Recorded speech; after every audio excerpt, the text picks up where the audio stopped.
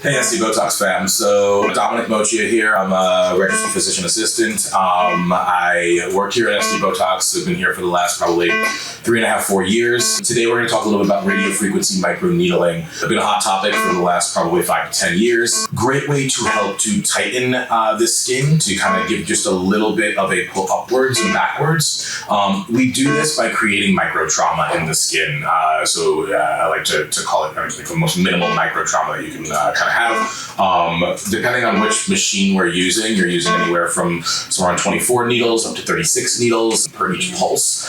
Basically what happens is the needles are extracted from the machine. They are then inserted into your skin. They will get to a certain depth. We as the providers will basically choose which depth they are getting to, depending on the location on the face or the neck or the body. And the needles will extract down to that level. They will emit a pulse of radio frequency after stopping for a brief millisecond. They will then retract back out of the machine, out of the skin, and back into the machine, and we basically pulse throughout the skin. Now, Morpheus here, that's one of the machines that we have. We also have Vivace back there. You can see the little gray machine back in the back. I love them both. I think they're both equally efficacious treatments, but they do work slightly different for different things. So Morpheus definitely goes deeper into the skin. We like using that more for fat remodeling is what we like to call it. So basically, once we go deep enough into the skin, you're going to be in that subcutaneous adipose tissue. And once that needle stops, gets to its desired depth, it's going to then emit that pulse of radio frequency. And pretty much all that radio frequency is heat energy.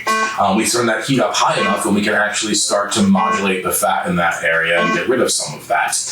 Really nice for places like the double chin area, buccal fat pads, depending on what you're looking to do.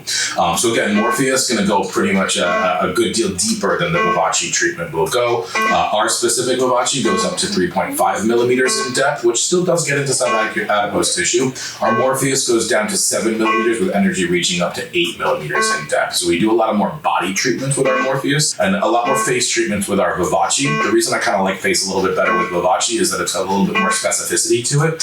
So while the Morpheus, each of those needles will go into the skin at specific depths of 1 millimeter per depth, the Vivace goes in by 0.1 millimeters per depth. So you get a little bit more specificity with that. And when you're talking about places like the face, I tend to like as much specificity as I can have. When I'm talking about body treatments, I definitely want to get deeper into the skin to give a little bit more of a worthwhile treatment that's going to actually touch on that adipose tissue. Good. All right, so if you're trying to decide which one might be for you, again, love both treatments. I think they're both totally worthwhile. Come on down to SDBotox, see myself, see Maddie, one of the other providers that are here in the office, and we'll give you our expertise on what we can do for you.